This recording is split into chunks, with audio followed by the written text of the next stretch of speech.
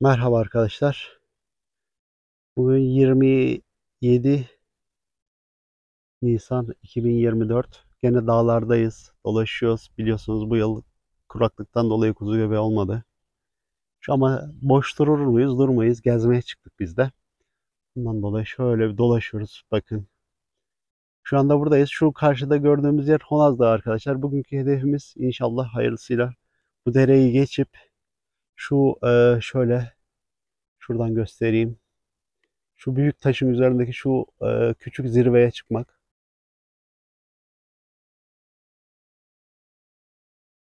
Ve şuradan tüm Denizli Ovası'nı görmek. Bilmiyorum kısmetimiz olur, şey olur mu bilmiyorum. Bakalım. Hayırlısıyla biz niyet ettik. Nereye kadar çıkabileceğiz bilmiyorum. Tahminim 2000-2100 rakıma kadar çıkmamız gerekiyor. Hem gezeceğiz, hem dolaşacağız, hem kuzu göbeğine bakacağız. İnşallah güzel bir gezi olur. Eğlenceli olur. Şimdilik başlayalım arkadaşlar. Hadi görüşmek üzere. Devam ediyoruz.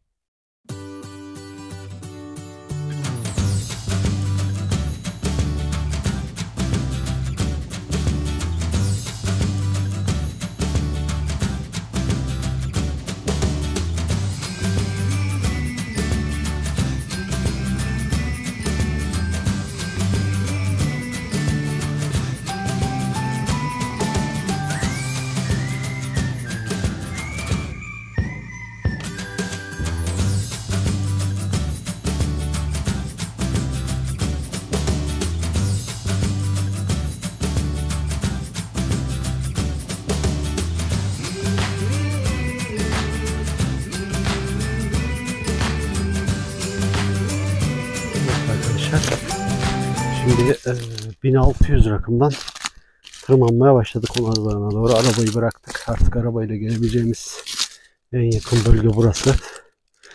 Zirveye doğru. Bakın şöyle güzel bir ortamdayız. Hafif hafif sular akıyor ama buralar hala kuru gibi görünüyor. Kuzu göbeği bulma ihtimali daha hala buralarda yok. Muhtemelen 1800'e doğru 2000'e doğru belki bulma ihtimalimiz var. Bakacağız. Alanımız böyle bir alan. Bakın bayağı kayalık. Dik bir alanda gideceğiz gibi görünüyor. İnşallah güzel bir gezi olur. Ama ortamı çok güzel arkadaşlar. Böyle bayağı güzel bir rüzgar esiyor. Hani çok sert değil ama yaylalarda esen buz gibi serin bir rüzgar. Sularımız, bunlar kar suyu arkadaşlar. Dağlardan gelen kar suyu.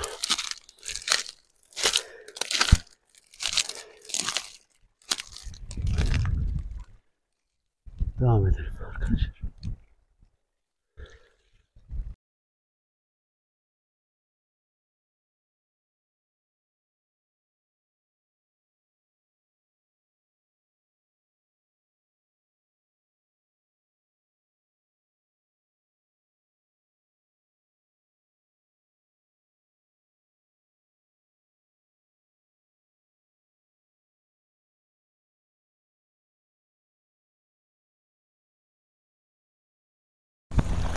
Honaz Dağı'nın eriyen kar suları arkadaşlar. Oh.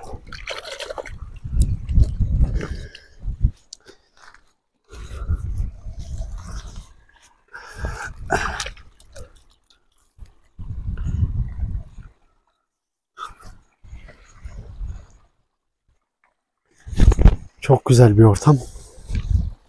Ve yolculuğumuz devam ediyor. İster gibi bir ortamda. Ve bayağı bir yolumuz var bildiğim kadarıyla. Hadi hayırlısı bakalım. 1500'den başladığımız rakımla 1600'e doğru ilerledik. 1700'deyiz şu anda. 1720'lerde falan. İyi gidiyor. Tırmanışımız devam ediyor. Güneye bakan kısımlar genelde kuru. Baya hava farklı ama yağış olmadığı için kuru arkadaşlar buralarda. Buralar çok böyle dokunulmamış yer. Çok büyük çam ağaçları var. Çok güzel yerler var. Yani gayet güzel bir yerdeyiz. Arkadaşlar şu çama bakın. Abartısız 1,5 metre çapı var. Ve yüksekliği tamamen Karaçam bu. Belki 5 asırlık, yani 500 yıllık olma ihtimali var. İnanılmaz büyük. Ve bu bölgedeki çamlar genelde böyle arkadaşlar. Çünkü rakım olarak 1750 civarındayız. Yükseklik arttıkça daha böyle ayak değilmemiş yerler oluyor. Tabii ki insanlar da kesip biçmediği için gayet büyük çamlar var.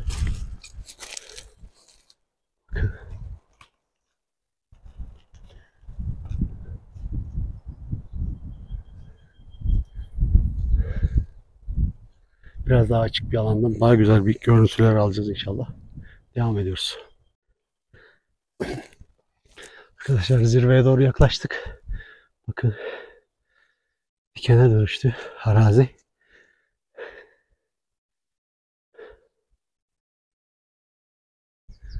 Büyük devasa çamlar devam ediyor. Ortam çok güzel. Burası biraz daha yeşil böyle. Bir sürü otun mis gibi tertemiz kokusu var ortamda. Kuş sesi bir taraftan. İnanılmaz güzel. Dikenlerin arasında gidiyoruz. Biraz batsa da gene de acayip keyifli. Tabii sürüngenler de çıkmış arkadaşlar. Her taraftan kertenkeleler, yılanlar kaçıyor. Bundan dolayı biraz daha dikkat etmeye çalışıyorum.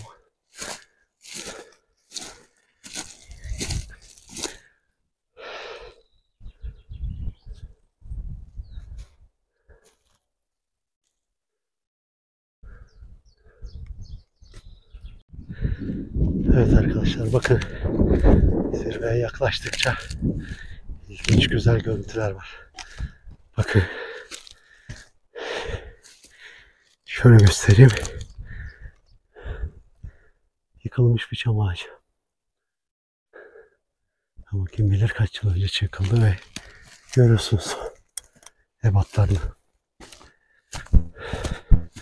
Şu anda da yaklaşık Honazları'nın zirvesine yakın mıyımdır? Yaklaşık 1850 rakımlarda olacağım.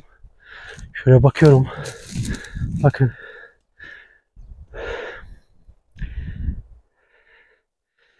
Şu anda tuttuğum yer Acıbayam tarafı.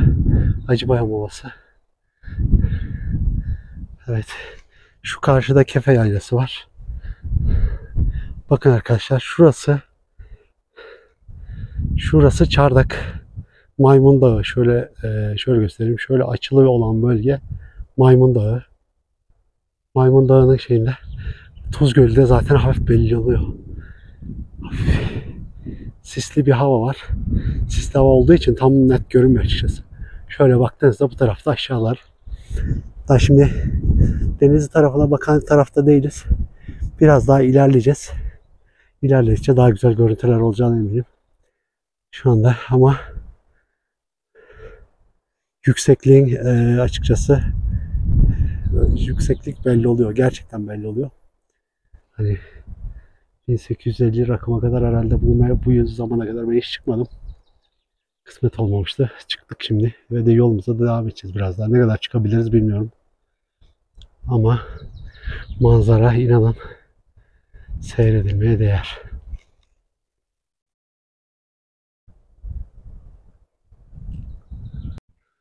Evet. Zirve şu kuru ağacın olduğu yer arkadaşlar. Şöyle bakın. Çok güzel bir ortam. Ağaçlar şeyler artık tabii ki bir 2000 rakıma yaklaştığı için ardıç ağaçları daha böyle hayatta kalabiliyor. Ya da Karaçam çok yıllar boyunca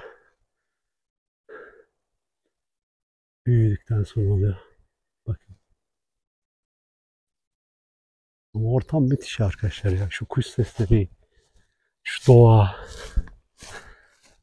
özellikle şu çam ağacı.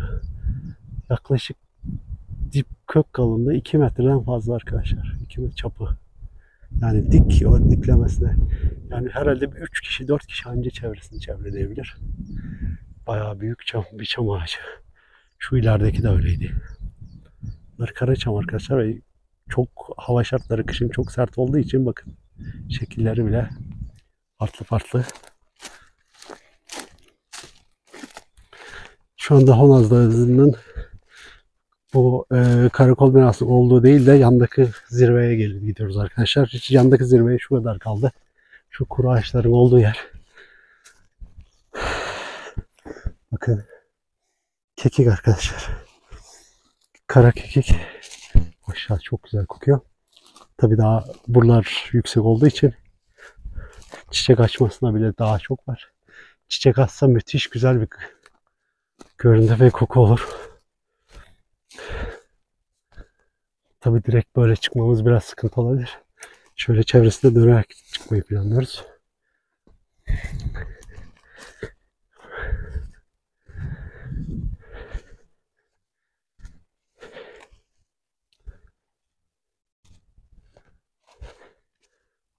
Ardıç ağacı arkadaşlar. Belki 100 yıllarca, 200 yıllarca bilmiyorum bekleyen, büyüyen, yıllar boyunca hiçbir şey olmayan bir ağaç.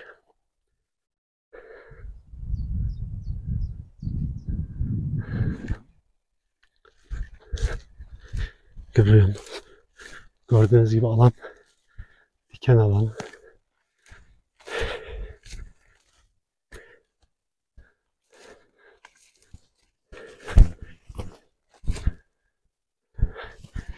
Yavaş yavaş denizde organize yönüne doğru dönüyoruz. Bakalım neler göreceğiz. İnşallah havada biraz daha güzel açık olur. Çok güzel görürüz. Güzel manzaralar görürüz.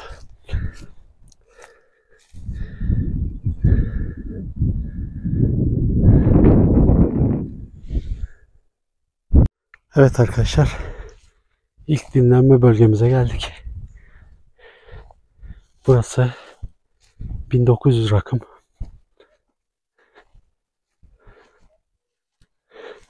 Müthiş bir noktadayız. İnanın hep diyorlardı hani yukarı çıktıkça oksijen azalır. Oksijenin azaldığını hissedebiliyorsunuz.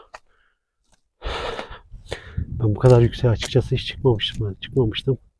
Çok müthiş bir yer. Bakın buraya gelen arkadaşlar vakti zamanıyla hatıra bırakmışlar. İsimler yazmışlar. 15 2T02. Gerçi tam bilmiyorum. Belki de devletin korumak amaçlı yazdığı bir ağaç yazdı olabilir. Büyük bir ağaç. Çapı yaklaşık 2 metre. Ve bulunduğumuz noktayı gösteriyorum şimdi arkadaşlar size. Bakın. Şu görünen karşıda şurada bulunan Akbaş Barajı. Yani Akbaş Barajı'nın kapanan veya barajdan bu tarafa Doğu Nazları'na doğru baktığınızda şu karların altındaki şu tepedeyim arkadaşlar. Şöyle gördüğünüz gibi çevremiz müthiş bir ortam var. Bakın. Devasa ağaçlar kırılmış, yıkılmışları var. Devam büyüyenler var. Honazların karakolun bu taraftaki yani Afyon tarafındaki zirvesi şurası arkadaşlar. Bakın. Karları çok net görebiliyoruz. Ha, oraya kadar gider misiniz derseniz sanmıyorum şimdilik. Şu zirveye kadar çıkıp Denizli ve Organize tarafını görmeyi planlıyorum. Eğer olursa. Bulunduğumuz bölge şöyle bakın arkadaşlar. Şu karşıda gördüğümüz dağ Mal Dağı. Önündeki yer oradaki fabrikalar falan. Şurası Akbaş Barajı. Hemen Aydınlar var. Ta yukarıda karşıdaki yer Abaş.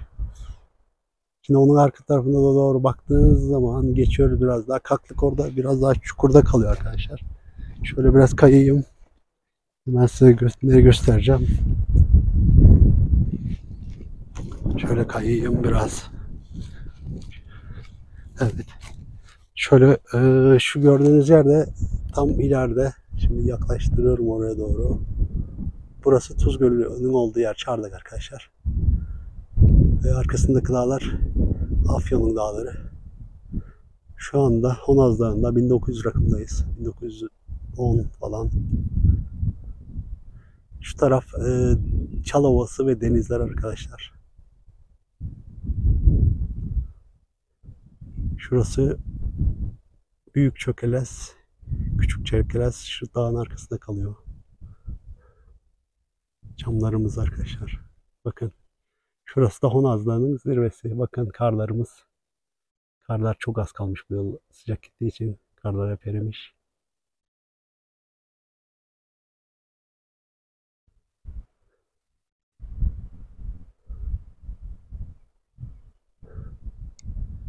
Güzel bir ortam. Şimdi dinlenmedeyiz.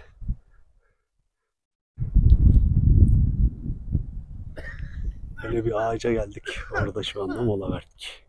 Biraz dinlenelim. Sonra devam edeceğiz arkadaşlar. Honaz Dağı 1950 rakımda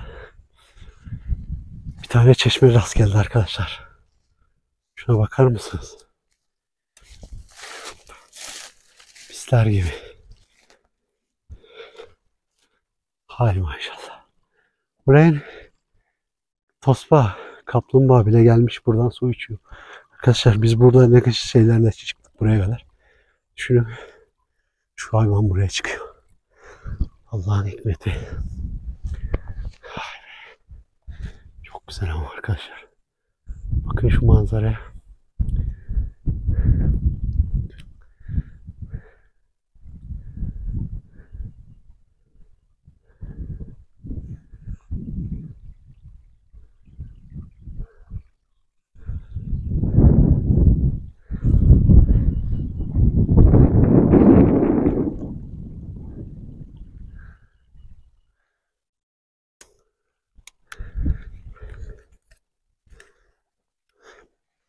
Ay.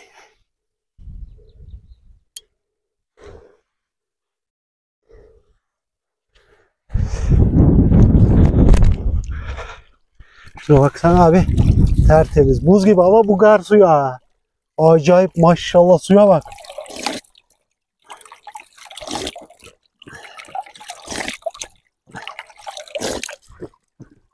Elim dondu. Vay maşallah. Oo. Elim sızladı. 2 dakika elimle su içeyim dedim. Elim sızladı abi. Maşallah. Ay. Hocam bunu bak. Gariban Evet. gidiyor. Kaplumbağa. Biz buraya çıkıncaya kadar öldük. Adam ta buraya çıkmış da suyuna işte gidiyor. Burada yaşıyor o.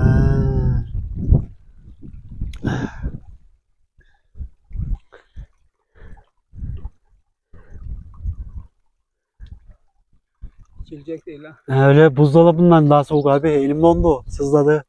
2 dakika şey yaptım da. Bu hakikaten bu garın suyu. Allah razı olsun kim getirdiyse. Öyle. Allah razı olsun. Şuna bak. Bu buraya koyması iyi de yalnız bu bahçeye götürmüş bunu. Buradan mı almış zaten bahçe? 2 günden eğer işe geçecek olursa geliver buraya. Duydun mu? İyi. Şu ahırın içi altına sokağa.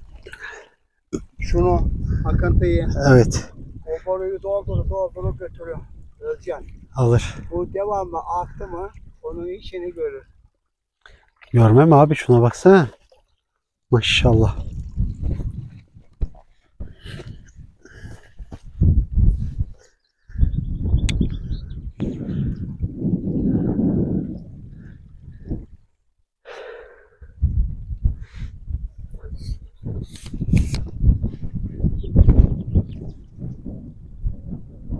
Arkadaşlar şaka gibi de elim sızladı ha. Islakları esen rüzgardan. Tamam.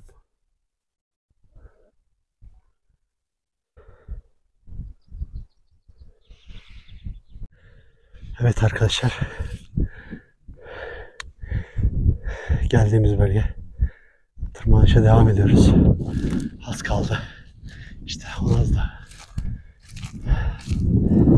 Kara ulaşabilir miyiz diye bakmıştık ama yağış az olduğu için bu yıl sanırım anladığım kadarıyla kara ulaşmamız zor olacak. Bakın.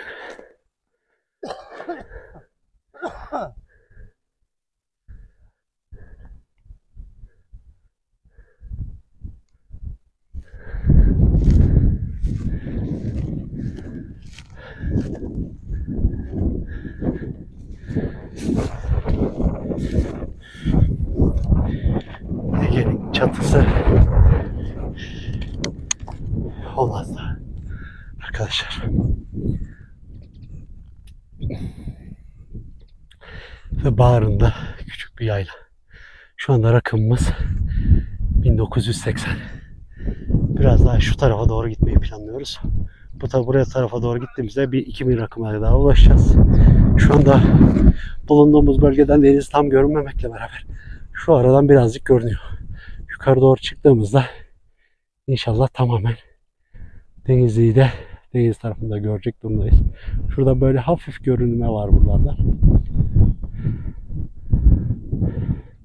Honazlarından baktığınız zaman Afyon tarafındaki zirve burası arkadaşlar. Karları görüyorsunuz. Yağışın az olmasından dolayı çok az oluyor. Normalde şu anda Nisan'dayız. 20 Nisan. 27-28 arada olması lazım. Şuralarda zaten o zaman daha hala kar olması gerekiyordu. Şu anda gördüğünüz gibi burada kar yok. Bu tarafa göstereyim. Fırsat varken bakın rüzgarda çok güzel esiyor arkadaşlar. Şurası Acıpayam Ovası arkadaşlar. Şu gördüğünüz yer şöyle parmağımla göstereyim. Şurası şu bölge Kefe Yaylası. Kefe Yaylası'nın olduğu yer ve onun arkasında da Acıpayam bir şey var. Ovası var. Tabii tıkanımızdan kaynaklı biraz böyle görmekte zorlanıyoruz. Benim daha çok şu anki bugünkü hedefim rüzgar bayağı fazla.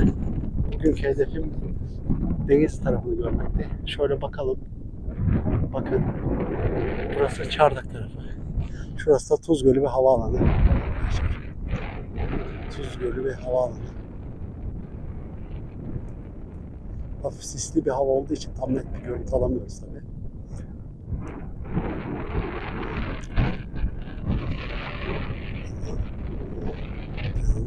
Müthiş bir manzara. Süper bir esinti var. Yani burası 2000, şu karşısı zirve 2500 rakım. 2500'e buradan çıkma imkanı var mı? Benim gördüğüm kadarıyla çıkılır, uğraşılsa da yani bugün deneyeceğim bir şey değil. Ondan dolayı benim birazcık şu yandaki zirveye çıkıp oradan Deniz Ovası'na, Sarayköy'e kadar görebilmeyi planlıyorum. Yani güzel bir gezi. Şu anda hala gezi niyetine geziyoruz. Kuzu göbeğini zaten aramadım açıkçası. Dönüşte bakacağım.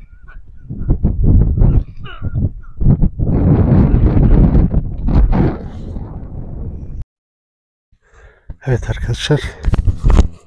Görüyorsunuz. Artık yavaş yavaş deniz tarafına doğru dönmeye başladık. Burası Honaz Dağı'nın izlemesi. Çok fazla bir şey kalmadı. Ama o zirveye çalışmıyoruz. Şu anda 2000'deyiz. 2000 rakımdayız. Bu taraf Acıbayam tarafı. Bu taraf Honaz tarafı, organize tarafı. Şurada ta ileride bakın. Şurasını gösteriyorum. Burası Pamukkale. Belki birisi de dönmüş. Oradan bize doğru bakıyordur.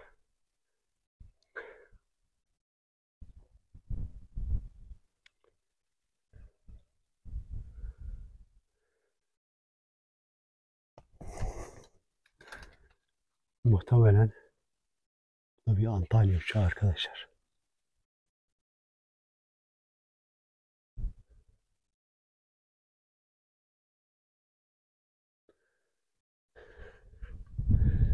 Kar seviyesine geldik ama bizim böyle bulunduğumuz bölgede kar yok arkadaşlar. Karşı tarafta çukurluklarda kalmış sadece. Bundan dolayı açıkçası bugün de oralara Karangan'la gitmeyeceğim. Benim niyetim biraz daha bu tarafa doğru bakmak.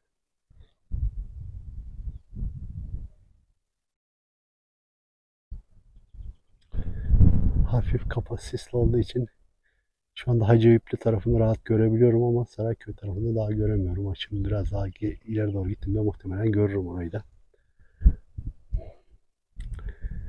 Devam ediyoruz.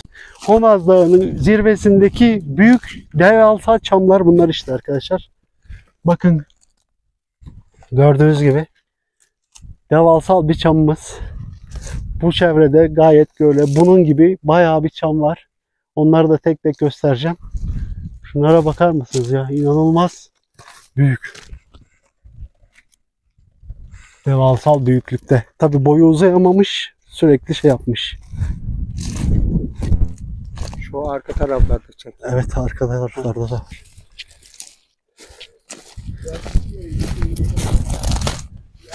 Seyredelim abi. Bakın. Bakın arkadaşlar. Şuna bakar mısınız? İşte Honaz Dağı'nın sürekli efsane şeklinde olan tepesinde olan devasa çamlar bunlar arkadaşlar. Bu sayede bunu da görmüş olduk.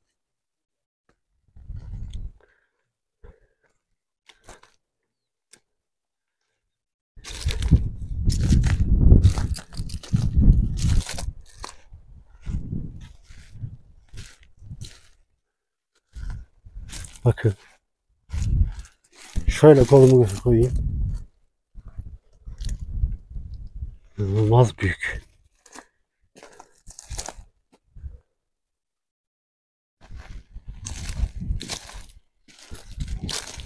Burada Evet. yılların eski demediği Honaz Dağı'nın sınır camı. Gördüğünüz gibi devasal. Yaklaşık belki 3 metre çapında var arkadaşlar. Büyük. Bakın arkadaşlar.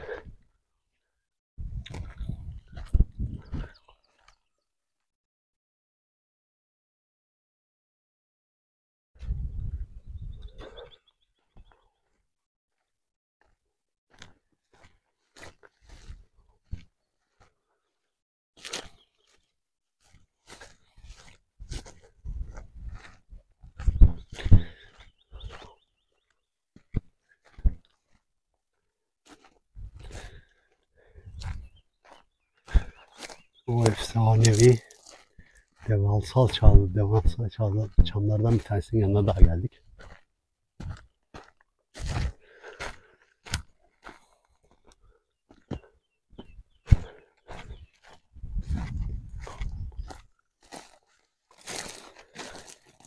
Üç kök olarak ayrılmış.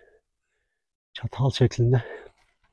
Toplam hepsinin çapı, sadece çapı diyorum, direkt 5 metre falan var arkadaşlar. Bir kök tamamen kurumuş. Ve bir ikisi canlı. Bakın.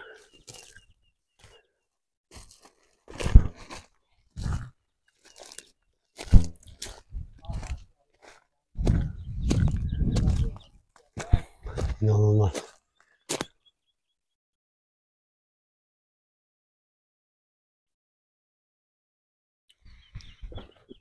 Bakın arkadaşlar. İlk başta bugün girişte şuradan konuşmuştum. Şu bölgede. Ve bu zirveyi göstererek buraya çıkacağız demiştim. Şu anda o zirvedeyiz. Bir tane çam sakızı var ağzımda. Kusura bakmayın. Çam sakızı çobanın armağanı hesabı. Çiğniyorum. Çok müthiş. İlk başta acı mı olmuştu ama müthiş bir şey geldi. Bakın.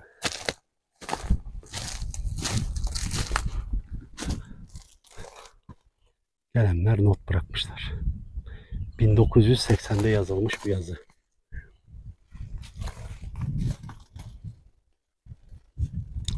Tarpuçlar.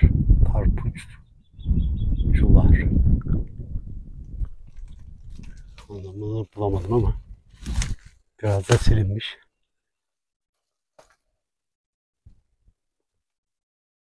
İnanılmaz bir çam.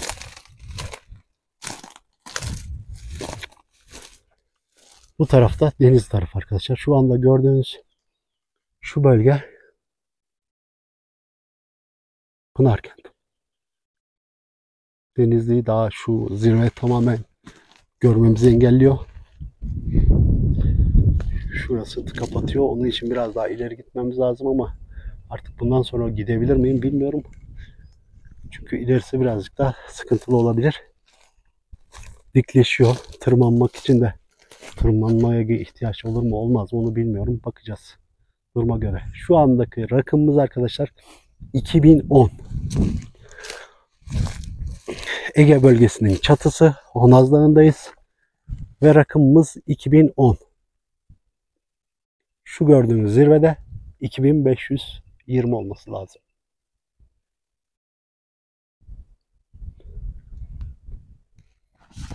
Bakın Pamukkale kıt kanaat görünüyor. Sis var arkadaşlar. Sis olmasaydı eğer buradan şu anda baktığımız zaman ta güneye Buldan'a kadar görüyoruz. Ama tabii ki sisten kaynaklı tam net bir görüşümüz yok. Boyundur işe su. Ahurlar da gitmeye geliyorlar. En yakın kar Özcan. O derede. O derede en yakını. Evet. Gördüm abi. Gördüm.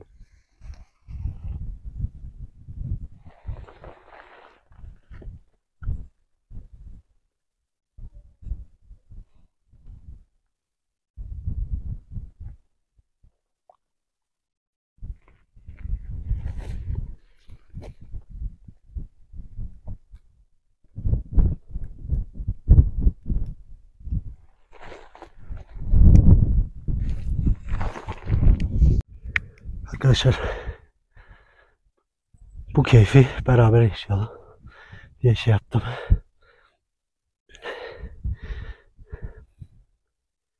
Honaz Dağı'nın şu anda ulaşabileceğim en büyük zirvesine sadece şu kadar kaldı. Şu çalının olduğu yer. Tahminen bu gene de bakacağım, kontrol edeceğim ama 2050 rakım. Sadece burayı tırmanmak kaldı. Beraber tırmanalım diye. Çıktım. Yürüdüm. Evet. Baş döndürücü bir yükseklikteyiz arkadaşlar. Evet. Çıkıyoruz. Çıkıyoruz. Çıktık. İşte budur.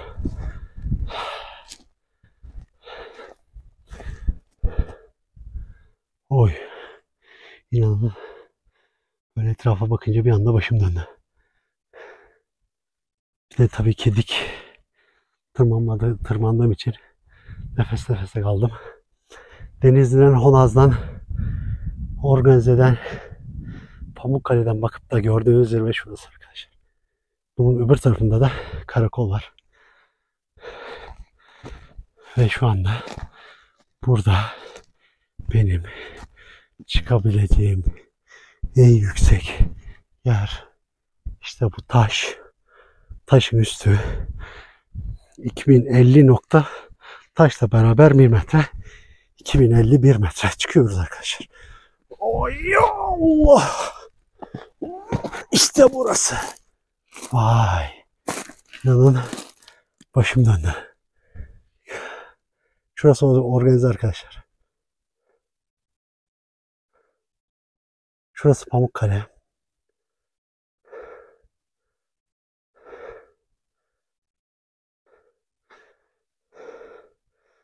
İş yerinde bir bayram arkadaşım var. Onunla hep şey diyorduk bir gün buraya çıkalım. Ben onu sattım da çıkmış oldum ama sonuçta çıktım. Burası da Honaz Dağı arkadaşlar. Şöyle görüyorsunuz. Arkasında Baba Dağı var. Bu taraf Denizli'nin ilerisi Güveçlik tarafı. Daha ileride şöyle ileri doğru baktığımız zaman Sarayköy. Tabii sisten dolayı tam net görünmüyor arkadaşlar. Hani hava biraz daha açık olsaydı belki Nazilli'ye doğru görebilirdik tepelerini. Buhar kenti falan görme ihtimalimiz vardı. Buldan tarafı görünecekti. Görünmedi. Güzelpınar, Uzunpınar hepsi görünüyor arkadaşlar.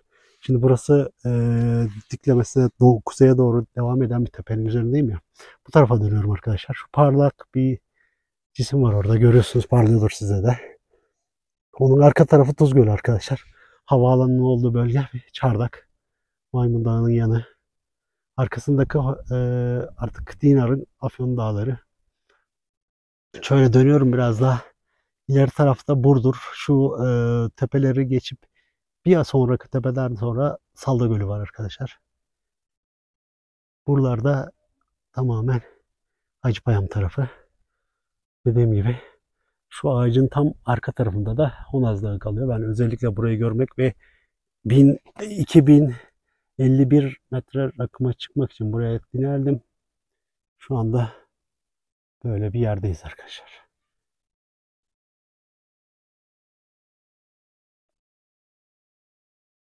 Ege bölgesinin çatısı. Honaz Dağı. Güzel bir macera deneyimi oldu arkadaşlar benim için. Artık bu noktadan sonra hiç gitmeyeceğim, ilerlemeyeceğim. Aşağı doğru geri döneceğim. Şu anda 2000 rakımdayım. Arabam 1500 rakımda. 500 metre hani diklemesine tırmanmış gibi bir şey oldum. Ondan dolayı döneceğim kısmetse. Ama işte budur. Acayip keyif aldım şu anda. Müthiş keyifli arkadaşlar.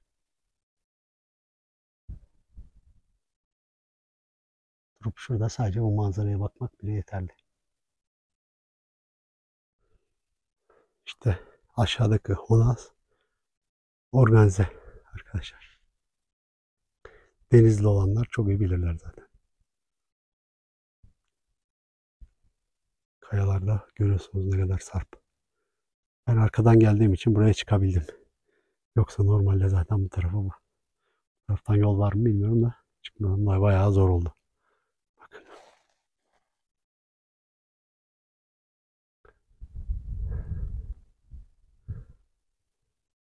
Şurası Gürlek. Gürlek. Bayram Gürlek'te oturuyor. Bayram. Ben seni buradan görüyorum galiba. Sen de beni burada görüyor musun dağın zirvesinde? Bir bak bakalım bir.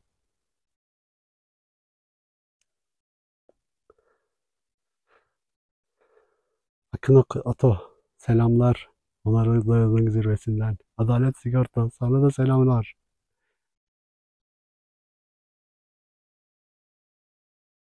Yansıma TV seyircileri. Hepinize sevgi ve saygılar. İnanın çok keyifli bir an burası. Bu kadar keyifli olacağını inanmıyordum. Şimdi şunu diyorum. Bugüne kadar niye çıkmadım ben buraya? Keşke daha önceden çıksaymışım diyorum. Keşke önceden çıksaymışım yani. Gerçekten. Evet arkadaşlar. Artık zirveden geri doğru inişe dönüşe geçtik. Bakın ineceğimiz bölge burası. Böyle. 2051 rakımdan aşağıya doğru yavaş yavaş iniyoruz.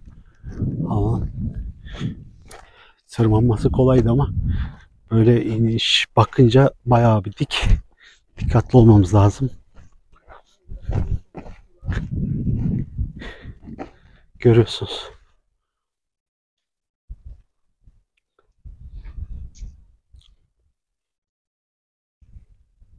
Şuradan şöyle bir kere daha şu manzarayı göstereyim size arkadaşlar.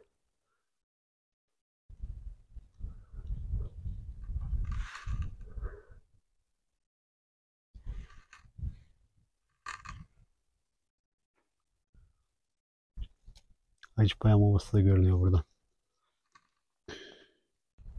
Arkadaşlar inmeye devam ediyoruz. Bakın. İndiğimiz zirve böyle dimdik bir yer. Güneşte saat 3 olmasına rağmen böyle bir açıdan iniyoruz. Tabii dimdik böyle inmedik. Biz çaprazlamasına aşağı doğru indik geldik. Daha bayağı da bir yolumuz var.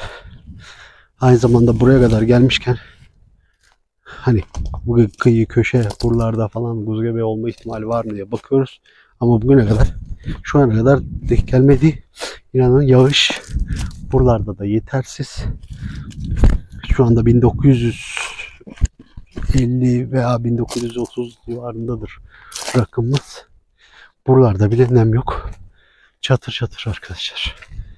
Bu yıl bir anladığım kadarıyla en azından benim kuzu göbeği sezonum kapandı görünüyor. Honaz Dağı'nın tepesine çıkıp da daha da kuzu göbeği bulamadıysak yapacak bir şey yok. Çok ilginç görüntüler var. Görüyor musunuz arkadaşlar? Çam ağacı yıkılmış. Buraya set olmuş. Ve şeyi tutmuş.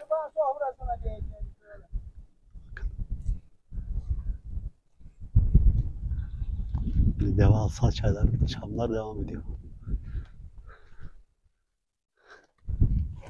Buralarda zaten yol şey olmadığı için arkadaşlar, ulaşım şey olduğu için yani büyük ihtimal ormancılar da gelmiyor buraya.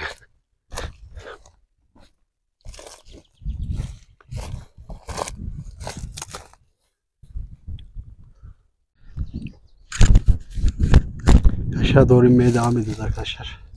Bakın 1900'lere falan geldik diye tahmin ediyorum. Şimdi ister istemez aynı yoldan gelmedik. İnmiyoruz. Çıktığımız yoldan inmiyoruz aşağı doğru. Daha farklı bir bölgeden hem kuzu göbeği olma ihtimali var mı diye bakarak iniyoruz.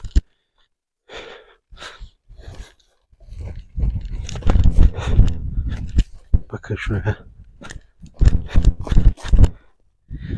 Diken, çalı, diken, çalılar ve kekik. Bu koku, şu kekin mis gibi kokusu da sürekli esen bir rüzgarla burnuna geliyor insanın. Acayip keyif alıyor arkadaşlar. Müthiş keyifli şu anda şuradan yürümesi. Rüzgarın sesi zaten uğultu şeklinde huu diye. Yüksek rakım olduğu için şiddetli esiyor buradan. Ağaçlardan uğultu yapıyor. Müthiş bir ortam. Bir taraftan da düşmemek için dikkatli gitmeye çalışıyorum. İnanın bayağı zorlanıyor insan. Kozalaklar da tam böyle o bir şey tuzak gibi bastığım bir dönüp yuvarlanıyor. Bunlardan dolayı gayet dikkatli gitmemiz gerekiyor. Dikkatli bir şekilde aşağı doğru inmeye devam ediyoruz.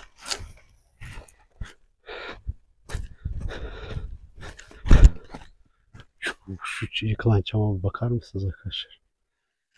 Gayet devasa. Bir mahalleye bir kış yetecek bir odun kapasitesi var. Bu kadar yani. Evet arkadaşlar 1680 rakıma doğru indik. 2051'deydik. Ama her zaman dediğim gibi biz bu yıl köpek işini bitirdik. Ama güzel bir geziydi. Arabaya doğru gidiyoruz şu anda. Yaklaşık 1,5 saattir falan yürüyoruz aşağı doğru. Ortam çok güzel. Biraz kuru olsa da gayet güzel. Sessiz, sakin. Gene bence güzel bir gezi oldu.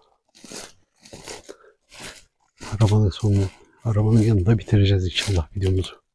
Oraya varınca tamamen bitireceğiz.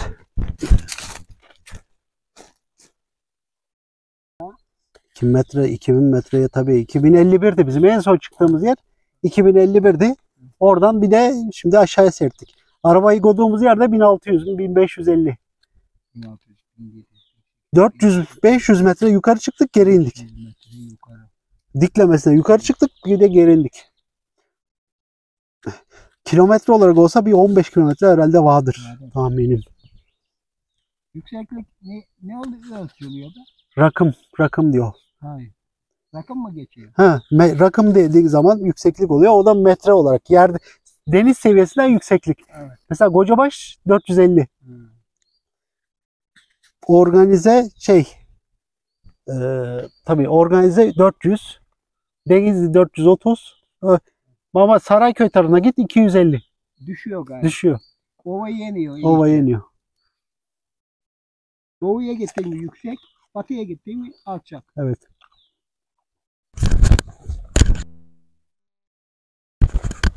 Evet arkadaşlar.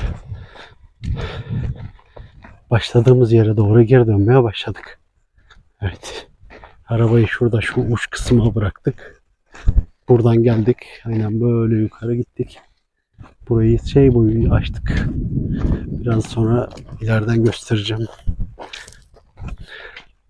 Şu dağı tırmanıp zirveye tırmandık. Burası 550 rakım.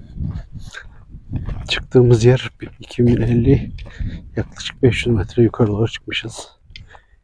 Kilometre olarak da muhtemelen bir 15 kilometre, 20 kilometrelik bir daire çizmiş olduk. Arabayı bıraktığımız yere geldik.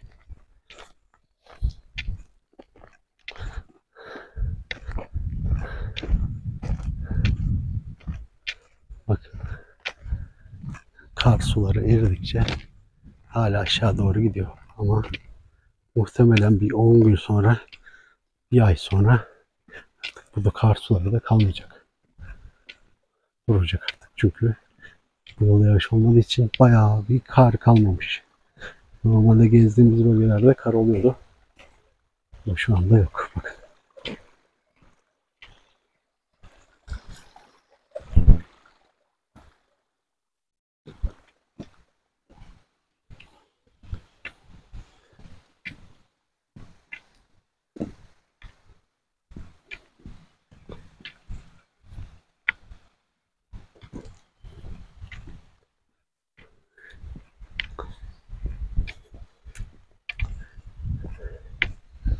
Bakın. Çıktığımız daha burası. Burayı diklemesi dedim, direkt çıktık.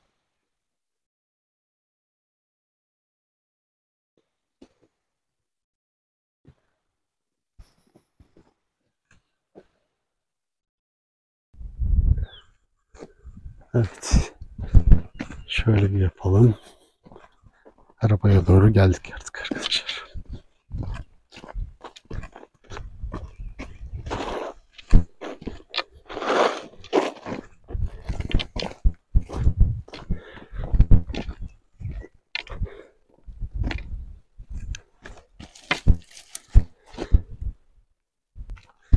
Evet arkadaşlar. Bugünkü maceramız burada bitti. Denizli Honaz'dan, Honaz Dağı'nın zirvesinden selamlar. Görüşmek üzere arkadaşlar.